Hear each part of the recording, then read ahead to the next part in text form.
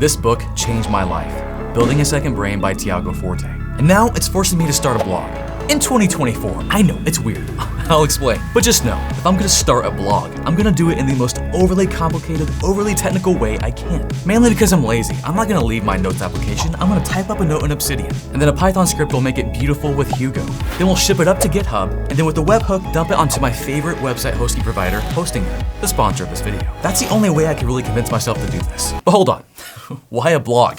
What did this book do to me? Well, after I bought it last year, it kind of wrecked me. And it taught me a few things, like my mind is for having ideas, not holding them, and that we consume way too much information. Our brains can't handle it. And while we're surrounded by knowledge, we're often starving for wisdom.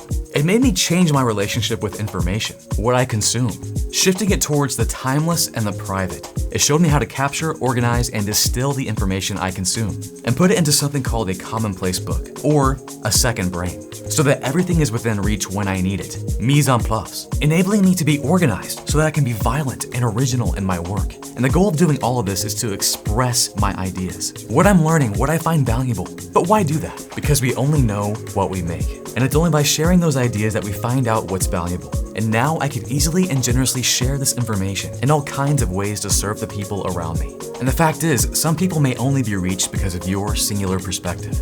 Only if you write that blog or record that video. Now there's more to this book, but we'll talk about that in another video. I even got a chance to talk with Tiago Forte. It's gonna be a fun one. So I've been building and using my second brain for over a year now, capturing, organizing, and distilling all of my ideas. But one thing I've been really messing up on, the last part in this framework, E, expressing. I'm not great at sharing my ideas. Sure, I make YouTube videos on some technical things, but not everything. And that's not all I'm doing. That's not what my life is all about. As a husband and a father of 6 girls, I have some things I could share, some things I've learned about life. I've got hobbies. I'm learning Japanese. My goal is to take my family and live in Japan for a year. I love reading. I love movies. And no, I'm not an expert on any of these things. And I probably won't be the go-to resource for anything I talk about. But I think the people around me, the people I care about, want to hear all these things from me, from my perspective. I'm thinking about my children, my grandchildren, my friends, family. So mainly I'm starting a blog for me and for them. I want to start to express the things that I'm learning,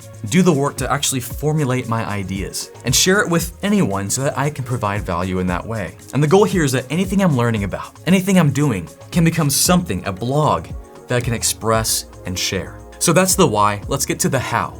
My insane blogging idea, my insane blogging pipeline, that's what we'll call it, the blogging pipeline. The goal here is to make blogging as frictionless as possible. I want to create a blog in the same place I make notes and think. And that's gonna be inside Obsidian, the most amazing notes application in the entire world. Download it, use it, it's the best. I should make a video on that. Yeah, I'll do it later. Now at this point, the blog is just text, it's markdown. Somehow I have to turn that into code, HTML. That's where an amazing tool comes in called Hugo. I've never used this before and it's amazing. Hugo will actually take our text and turn it into a beautiful website. And once we have that website, we're gonna ship it off to GitHub, our code repository, and it allows us to do some really fun things. One thing I think is pretty fun is if I'm uploading my blogs to GitHub, we can treat my ideas kind of like code. And you can make suggestions or push requests on my ideas, should they be kind of stupid, which they probably will be. They can't all be winners, right? And then from here, we'll have a webhook configured to send a notification to Hostinger, telling it to pull down the latest version of our website and host it right there. Now, I'm gonna show you how to do this, but it's not the easiest thing in the world. But starting a blog doesn't have to be this hard. In fact, it's not. Like right now, you could go out to Hostinger, specifically hostinger.com/NetworkChuck10 to get an incredible deal. I mean, look at this. This is why I have them as my hosting provider. They're amazing, and the value is insane. And when you pick a plan, go with this one, the business. It's what I'm using, and I'm actually a customer. I pay for this. I should probably have Hostinger pay for it because they're sponsoring me, but I've been paying for this myself. I love this because I have lots of ideas, and I can make 100 of those ideas. And for a blog, one of the best options is the Hostinger website builder with all the AI goodness. Like watch how fast I can make a website, add a website, website builder. Now I know there are mixed feelings about using AI for things. I love using AI as a starting point, which is often where people stop, ironically. Sometimes you just need that little bit of help, that push out the plane. The skydiving, no, that's what I meant. To help you to start to do something, get the juices flowing. And within moments, I've got a starting point. And that's what I love about AI is you don't have to start at zero. And that goes for every step of the journey. So for example, writing a blog. From images to text, you can quickly get started. Now, if I wasn't so extra, this is what I would do. Okay, now let's get to our battle plan. First step, Obsidian. If you don't already have Obsidian installed, go install it, it's amazing. That is so weird. I went to Japan in 2023 and I did this exact thing inside Obsidian. Did they steal this from me? Anyways, download it, every platform, it's amazing. With Obsidian open, we're gonna do one thing.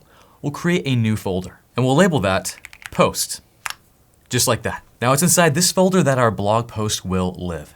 And don't worry, everything else in your Obsidian vault will stay completely private. We're only publishing things that live in the post folder. And I know that's important because I got a ton of personal stuff in here, including my diary. I don't want you guys seeing that. So just the post. And actually, you know what we'll do right now? Because this whole video will have documentation and probably will live on this blog. Let's start that blog right now together. Here in this folder, I'm gonna right click and say new note. My first blog post note. My insane blog pipeline. So that's where we are so far. Oh, one more thing actually. One thing I love about Obsidian is that it's just text files somewhere in a folder on your computer. In a later step, we need to know where that folder is. So what we can do right now is look at post, for example. Right click that and say show in System Explorer. And it'll show you where exactly in your file system that folder is. It's this path right here that we're gonna need. Now, time for Hugo. Hugo is amazing. I just started using this. It's gonna take our markdown files from Obsidian and make them beautiful, turning them into website code. And it's actually pretty simple to use. But before we install it, we do have some prerequisites. Git and go. It sounds like a gas station. Git and go. Git will be for GitHub, our code repository and versioning. Go is a programming language from Google, short for Golang. They're available multi-platform, pretty simple to install. So just go out to these links, follow the instructions. It's not too bad. To make sure you're good to go, make sure you're Git to go. No, there's nothing there. Launch your terminal and we'll type in Git version. If you see something like this, you're solid. And then Go version. Again, like this, you're solid. With those prereqs out of the way, we can now install Hugo. We'll follow this link. Again, multi-platform, Hugo installs everywhere. On Mac and Linux, it's pretty easy. With Mac, I installed it with Brew. With Linux, you can use apt, super easy. And Windows, we're gonna walk through right now. I'll jump in there because that's what I'm using right now. I know you like, Chuck uses Windows. I love Windows. I seriously do. It has its faults, but I'm here for it. From here, I'm gonna scroll down until I see the option for pre-built binaries. And then we'll click on latest release. And here in the assets list, I'll look for, here we go, Windows AMD 64. This guy right here. We'll download that. From here, we'll right click and extract this, extract all, and go ahead and click extract. And then this file right here is what we want, hugo.exe.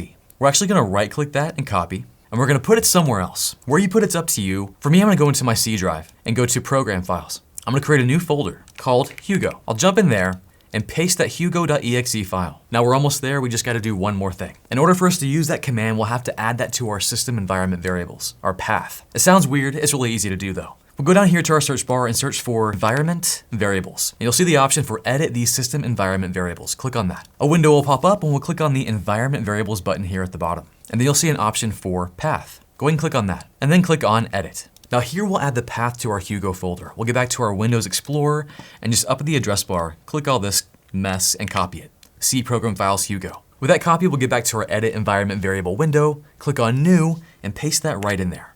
Just like that. Click OK, OK, and OK. Let's see if it works. Let's launch our terminal, type in Hugo version, and it didn't work. Let's try a new terminal. Close it out, relaunch it to make sure our paths are all refreshed and ready to go. Try it one more time, and it works, yes. That was a little bit of work. You Mac and Linux folks have it easy. And now with Hugo installed, we're gonna set up our website. Watch how easy this is. I wanna navigate to my documents folder from my command line here. CD, documents, I'm here. Just make sure you're in a directory where you want to store your website code files. With one command, we can set it up. We'll type in this command, Hugo new site, and then your site name. This can be anything. I'm gonna call mine Chuck blog. And that was it. What that should have done for you is made a new folder with your website name. Let's go ahead and jump in there. I will CD into Chuck blog. If I ls that, we can see that we have some folders already set up for us. Now it's time to make our Hugo site look pretty, and we'll do that with a theme. Hugo has a ton of amazing free themes. But before we do that, we're gonna start our Git journey. We're gonna git init. I feel like you have to say that with a hick accent. It just felt nice. This one command will initialize an empty Git repository. Git init, done.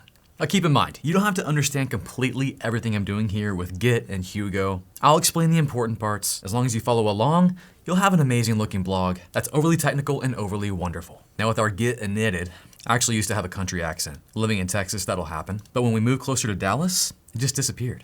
I kind of miss it. But whenever I hear someone speaking with a country accent or I watch a movie where they have a bit of a drawl, it comes right out of me. Anyways, two more things we have to do. We're gonna set our username for Git and our email address for Git. This is for when we actually make changes to our blog. On GitHub, we're telling it, hey, we're making those changes. So git config -- global user.name, I'll call myself Chuck, and then the email. Git config -- global user.email, and I'll put my email address in. Done. Now time to find our theme. You can go to themes.gohugo.io. They have a ton to choose from. One I fell in love with is this one right here, Terminal, for obvious reasons. I love the terminal. I'll click on that, and a lot of these themes will have instructions on how to install them. It might be a bit different depending on which one you choose. If you want to follow along with me and install this terminal theme, let's go ahead and do that. Get some practice in. You can have multiple themes installed. So we'll scroll down a bit until we see the section on how to install this. And the best way to install it when I find it is with a git submodule, which is right down, here it is. The command is git submodule, blah, blah, blah, all that stuff. We'll copy it. And by the way, I will have all of this in my post that we're creating right now live together. And we'll paste it right here. And in case I didn't mention it, all these commands will work across Linux and Mac and Windows. Okay, cool, theme is downloaded. Now our Hugo site is almost done. There's just one thing we have to do. There's a configuration file called hugo.toml. If we type in ls, we'll see it. There it is right there. This holds the configuration for our Hugo website. For right now, all you have to worry about is making sure your configuration file matches your theme. Thankfully, Terminal has a little base config you can copy and paste right now. So what we'll do is just grab everything until we get to the module section, and we'll leave that be, just all of this, ignoring module and module.imports. We'll copy that, go to our terminal, and then here on Windows, I'll use Notepad to open up hugo.toml. On Mac and Linux, you can use Nano. Here we go, and then I'll replace everything here with that config we just copied and save it. Cool. All right, now we're ready to test our site. With this command, we can run a little website server, a Hugo server, and see how it looks. We'll do Hugo server -t and specify our theme, which will be terminal, and let a web server activated. It's gonna be on localhost 1313. Let's go check it out. Type in localhost 1313, and there it is. Now, not much going on here, but it's kind of beautiful, right? But it does need some content. Let's change that right now. But a little coffee break real quick. We'll get back to our terminal and press Control-C to stop that little web server. Because we're not gonna be hosting this website here on our computer, we're gonna be uploading that to GitHub, which will then go to Hostinger. Okay, now here's the state of things. We have Obsidian, the place where we're making our blogs, which live in a folder called Post. And then we just set up our Hugo site inside a folder called Chuck Blog. Within that site, we'll have a folder called Content, and then another folder called Post, which I don't think we actually created yet. Let's go do that real quick. So back in our terminal, actually we're already here. If I type in ls, inside my Hugo directory, we have the content folder. Let's go ahead and jump in there, cd content. If I type in ls here, there should be nothing there. Let's go ahead and make directory, or mkdir. This will work across all platforms. And we'll call this folder post. There we go. Now our goal here is that when we type up a new blog in Obsidian, we need that post folder to sync with the post folder in Hugo. Now, by the way, real quick, I'm about to show you a few steps of how we're gonna make all this look pretty and nice. Just know at the end, I'll have one big mega script. That's beautiful, amazing, incredible. I sound like Trump. It's awesome. But I want to walk you through the individual steps right now so you understand what we're actually doing. If all you care about is the end script, go there. I'll have a timestamp below. Now getting back to the steps, to sync our folders together. On Windows, we're gonna use Robocopy. On Mac and Linux, we'll use rsync. Here are the commands for Windows and Mac. I'll do Windows right now. The command will be Robocopy, but we'll do our source path, which will be our Obsidian blog post folder, and then our destination path, our Hugo post folder. We'll do the option /mir for mirror, and ready, set, go. Not a lot going on, just one blog post, but that should be it. Mac and Linux folks, I got your rsync command right down here. So now let's test our site. I'm gonna get back to the root of our directory here, the root of our Hugo site. And I'll run that same command as before, Hugo server -t terminal, and see how it looks. Going back out to localhost, port 1313. There's our first blog right there. Now, how pretty does this look? I love this. And whatever theme you have, it just does it. I love how simple it was for Hugo to take our markdown files and turn them into HTML. In fact, you can see that happening when we go to our folder structure. Inside Chuck Blog, which is my Hugo directory, I created a new folder called Public. Public is where our website lives. So if I go into Public, go into Post, there's my insane blog pipeline post. And look, it's index.html. It's so awesome. Now, there are two annoying things right now. First, there's no title for our blog. There should normally be a title. Also, a date. Where's the date the blog was posted? Let's fix that right now. This will be a simple thing inside Obsidian. Obsidian, inside each note, you can put a thing called Frontmatter. Frontmatter is just some options you'll add to the beginning of your note. Here are some examples we can add right now. Well, first we're gonna go into source mode. Right now we're in reading mode. At the top right of our note, we'll see our little dot options for more options. We'll click on that and go into source mode. Boom. And then right here at the top, I'm gonna paste this. We'll add our title here, our date, what is today? Friday the 15th. Then we can add tags. We can go back into reading mode, turning off source mode, and it looks nice and pretty like this. And by the way, this Frontmatter stuff, you can set this as a template inside a plugin called Templater, just one of the many amazing plugins you can install with Obsidian. If we have time, I'll go into how we can do this at the end of the video. But anyways, that's done. Let's go back to our terminal here. I'll Control-C to stop my website. We'll run our sync command once more. Robocopy or rsync. Done. That should be it. Let's run Hugo server and go see if our website updated. Boom, there it is. We got a nice title, got a date, some tags, looking gorgeous. But hey, we had a second problem. If I scroll down a little bit here, look at this. What's this pasted image junk right here? If I look back at Obsidian and scroll down just a little bit here, this right here is an image. It's a screen capture. If I click on that, you can see it's just the image file name. This is not being transferred over to Hugo. And this was the first big problem I had to solve with this. How do I get my images over to Hugo? And it's not as easy as you might think, because these images inside Obsidian, they're not stored inside of my posts folder.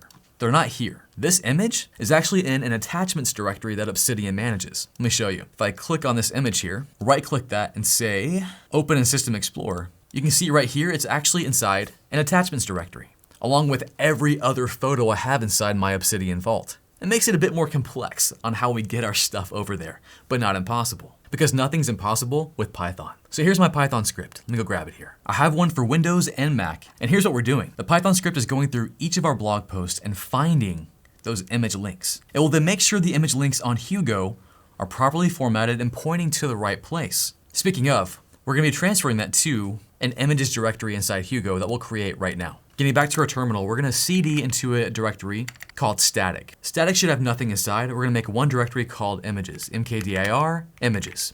Inside that directory is where we'll store all of our, well, images. So this Python script will make sure that we're pointing to that directory for our image, and then it will copy the images from the Obsidian attachments directory to our Hugo images directory. There's a lot going on here, but all you have to worry about when you're setting this up is making sure the variables right up here at the top of the script are set correctly. Making sure your post directory, attachments, and static images directory are pointing to the right place. Now please make sure you use the appropriate Python script, one for Windows, one for Linux. They do handle things a bit differently.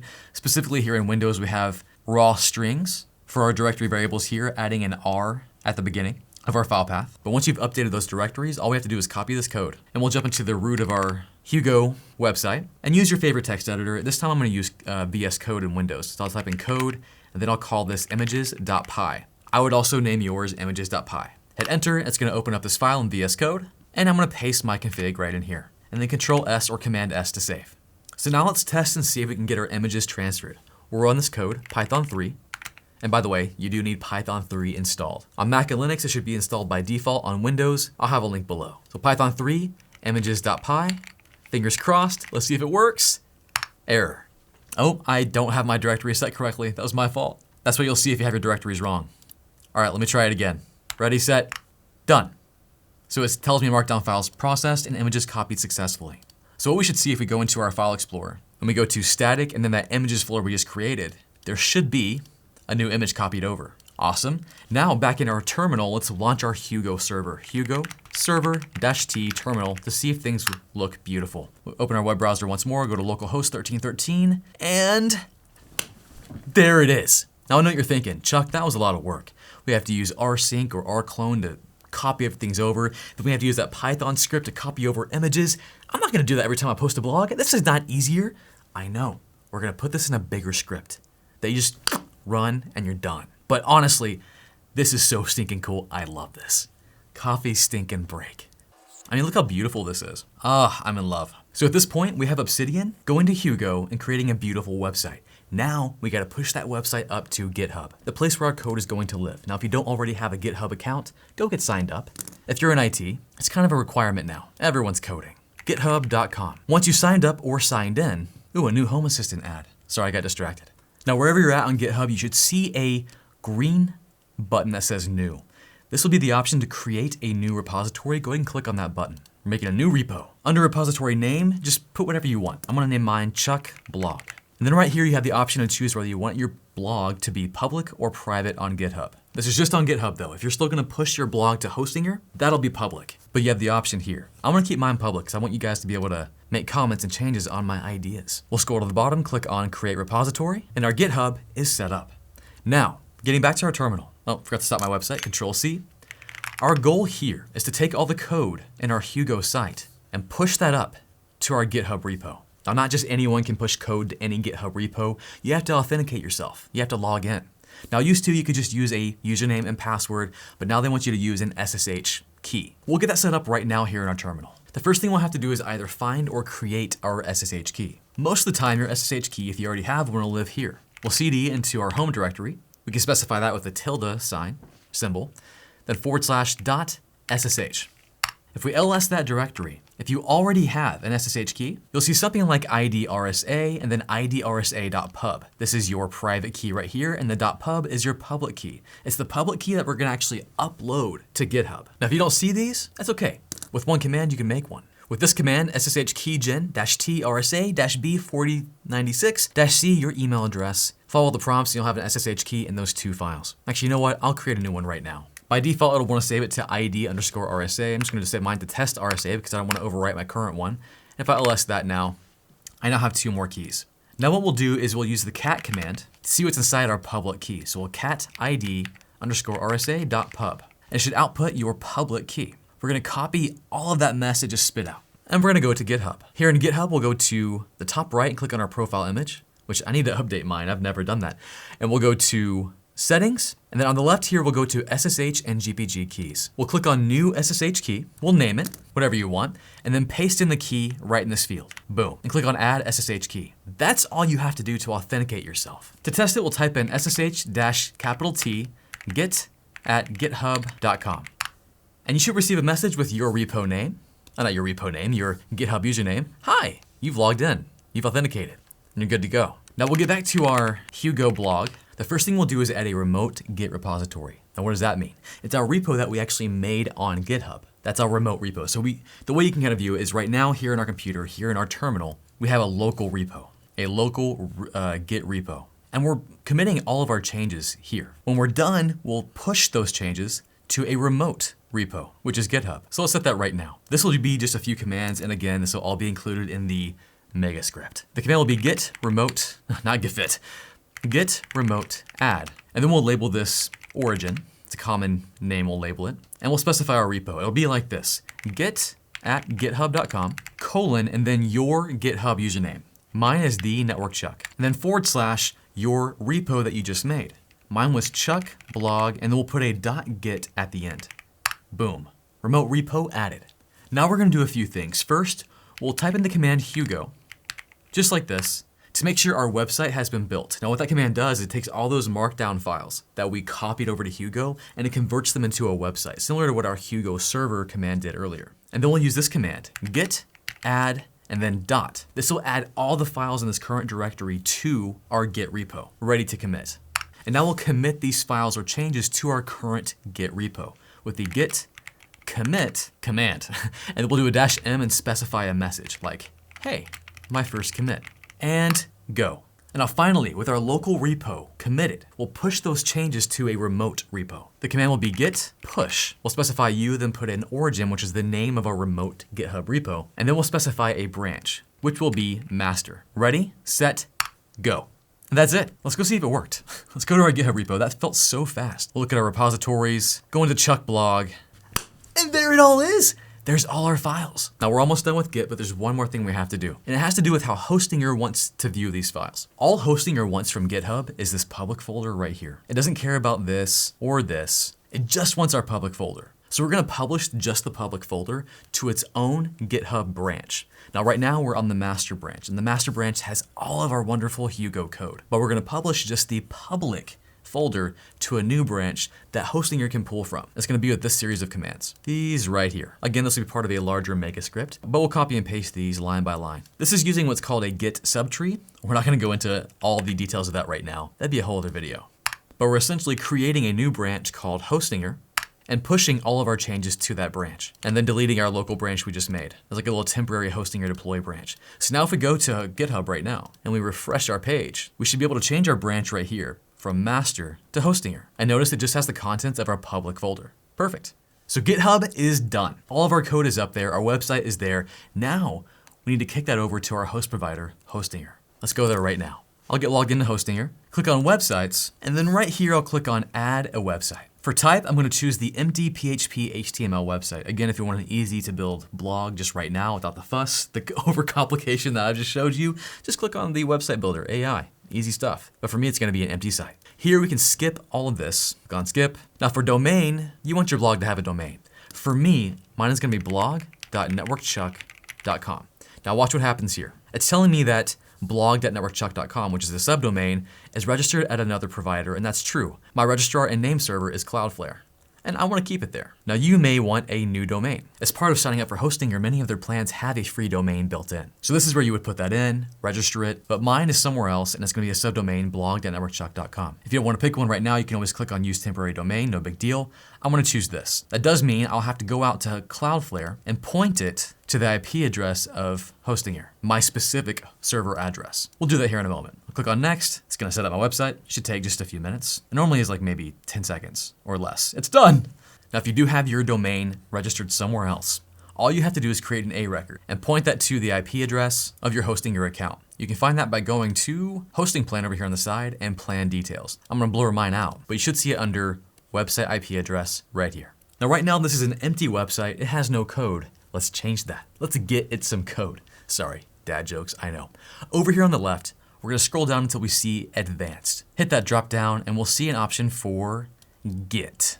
Click on that. Now, first things first, let's generate an SSH key and authorize Hostinger to be able to talk to our GitHub repo. Click on generate SSH key. Now, if you have a public repo, meaning anyone can see it, you probably don't need to do this. But if your repo is private, you'll definitely need to do this. So similar like we did before, to authorize our terminal, we'll copy this SSH key, log into our GitHub account, go to our profile, settings, SSH and GPG keys, and create a new key. New SSH key, we'll name it for Hostinger or whatever you want to name it, and paste that key in right here. So now Hostinger is able to interface with your GitHub. Then down here, we'll create a new repo. For repository, this will be your GitHub repository. Now, if your repo is public and you didn't do the whole SSH thing up here, you'll want to put your repo in like this. So github.com/your username/your repo, ending in .git. If you did the private option, which means you added the SSH key, you can do this format, git@github.com, your GitHub username, /your repo. Done. Now for branch. Now we don't want the master branch. We don't want all the code that we uploaded from Hugo. All Hostinger cares about is that one public folder, which we deployed to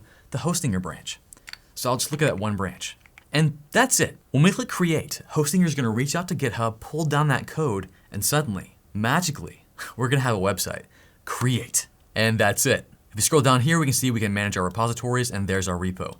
Now, what do you say we test out our website? I'm going to go out to blog.networkchuck.com, and it's not ready yet. I think it's still generating my SSL cert. We'll give it a bit of time. And if you just created an A record that's pointing to Hostinger, it might take up to 24 hours. It's normally much quicker than that, but it could take up that long. We'll give it some time. Okay, it's working. I did have to go into Cloudflare and make sure the proxy was off, doing DNS only, and you had to make sure that was disabled when you set up your website in Hostinger, because it would install an SSL certificate for your site. You'll know it installed correctly when you see something like this. But check that out. How beautiful is this? Now at this point, everything has been kind of like a manual, arduous process, and that's not great. Let's make this more automatic. First, we're gonna start with Hostinger. I don't wanna have to go into Hostinger under the Git section and have to click on deploy every time I have new code. I want it to do auto deployment, and this makes it kind of stupid easy. Let's do it real quick. Seriously, watch this.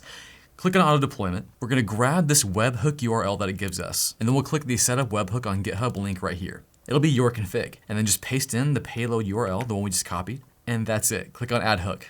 Done. Now your GitHub will send a webhook to Hostinger telling it, hey, new code, buddy, and it's gonna pull that new code down. Let's test it out. So let's go to Obsidian, the place where our journey begins. Now let's just change one thing. Let's add a new post actually.